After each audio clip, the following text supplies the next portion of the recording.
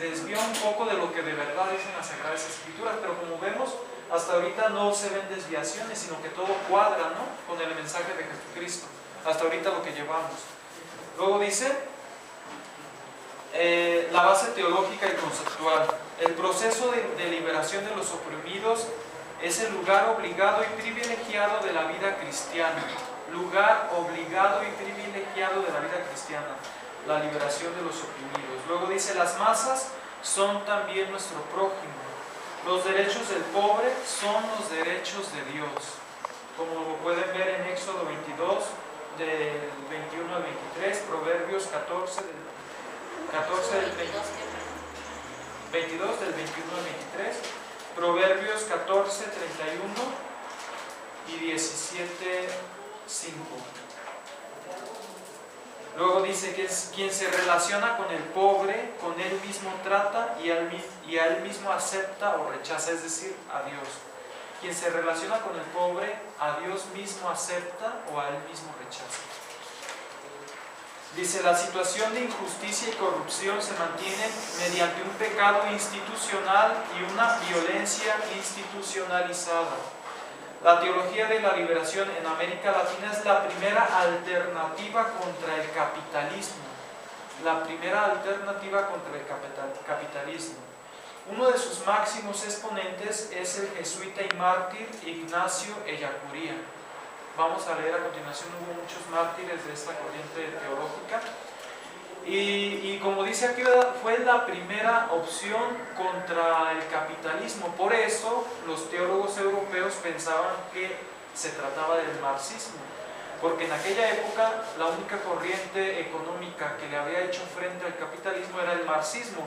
Pero también el marxismo, dentro de los países en el que estaba instaurado, había demostrado ser ineficaz para la sociedad. Entonces por eso la Iglesia también atacó y sigue atacando fuertemente al marxismo, porque ha demostrado ser ineficaz para la sociedad. Dice, necesidad de conversión de toda la Iglesia para una opción preferencial por los pobres, con miras a su liberación integral. Una conversión de toda la Iglesia. Por eso el Papa Francisco, que más o menos, también lo vamos a leer más a continuación, estuvo empapado de estas corrientes teológicas, porque él es latinoamericano, de Argentina. No pocas veces ha dicho, ¿verdad? Siempre tenemos que estar en una constante disposición de conversión. Y dice, hasta el papado ha de repensarse. O sea, no por ser el Papa ya está exento de equivocaciones y de desviaciones, sino que hasta el papado ha de repensarse. Luego dice, convivencia humana y digna y fraterna. Comienzo de la teología de la liberación. Comenzó esta corriente con la publicación del libro Teología de la Liberación en 1971. Ese libro es del padre Gustavo Gutiérrez. En Chile también tiene sus comienzos junto con el pueblo y su lucha. Es un gran discurso que ahí se dio en Chile, junto con el pueblo y su lucha. Pensamiento teológico. La novedad de la teología de la liberación no radica en la temática, sino en el método, porque la temática ya era algo que la Iglesia viene defendiendo desde sus orígenes, la opción preferencial por los pobres. Entonces la teología de la liberación no es nueva en su temática, sino en su método, ya a la hora de llevarlo a cabo, como lo hicieron los sacerdotes, religiosos, y también pastores protestantes que tenían en claro esta corriente con los pueblos, con la fundación de las comunidades eclesiales de base. Entonces no es nueva en su temática, sino en su método. Dice, hablar de Dios supone vivir en profundidad nuestra condición de discípulos.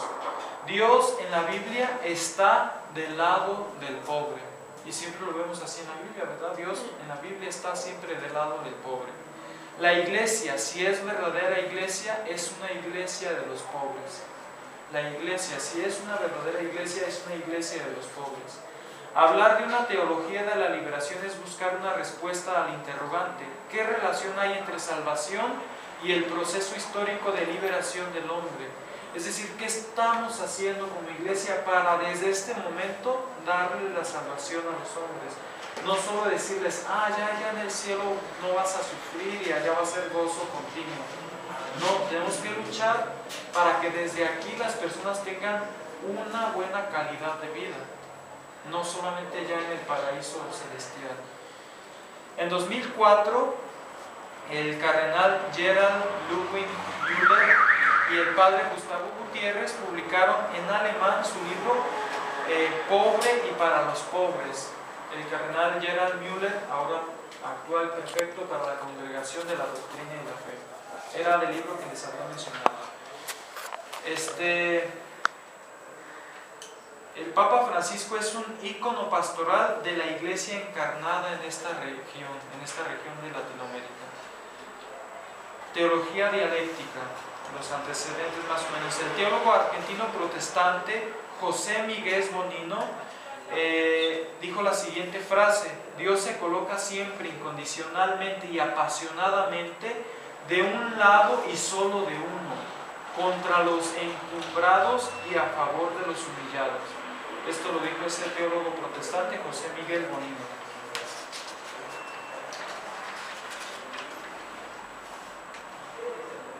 También hubo otros teólogos de la liberación como Chenú y Conga, por una iglesia sirviente y pobre. También fue un trabajo que ellos realizaron.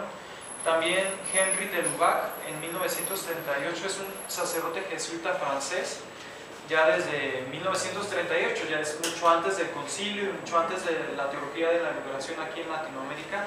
Él escribió Catolicismo, los aspectos sociales del dogma, y en 1946 su polémica obra Surnaturel, sobrenatural, bueno, en francés surnaturel y en español sobrenatural. Dice, habiendo ejercido una gran influencia en el Concilio Vaticano II. Henry de Lubac fue un gran teólogo que influyó mucho en el Concilio Vaticano II. Después él es nombrado cardenal. Bueno, ya en el Concilio Vaticano II ya era cardenal. Dice, el 1 de julio de 1943, el cardenal Emmanuel Suhard, arzobispo de París, fundó la Misión de Francia. Estos son los antecedentes de la teología de la liberación, por eso estamos hablando de 1943, en Francia. Fundó este obispo francés la Misión de Francia, en donde había sacerdotes que vivían y trabajaban como asalariados en las fábricas para acercarse al mundo obrero. Sacerdotes, se llamaba este movimiento sacerdotes obreros o curas obreros. A fines de la década de 1950, esta corriente es sometida a censura, es decir, se hace a un lado y se pide que se deje de hacer. Acusados de comunistas, porque son acusados de comunistas. Y en 1954, Pío XII, el Papa Pío XII, pidió que regresaran a su trabajo pastoral o que se incorporaran a sus comunidades religiosas. Es decir, les dijo, apláquense, dejen de hacer eso y regrésense a sus tareas pastorales o incorpórense a sus comunidades religiosas. Claro, ¿con qué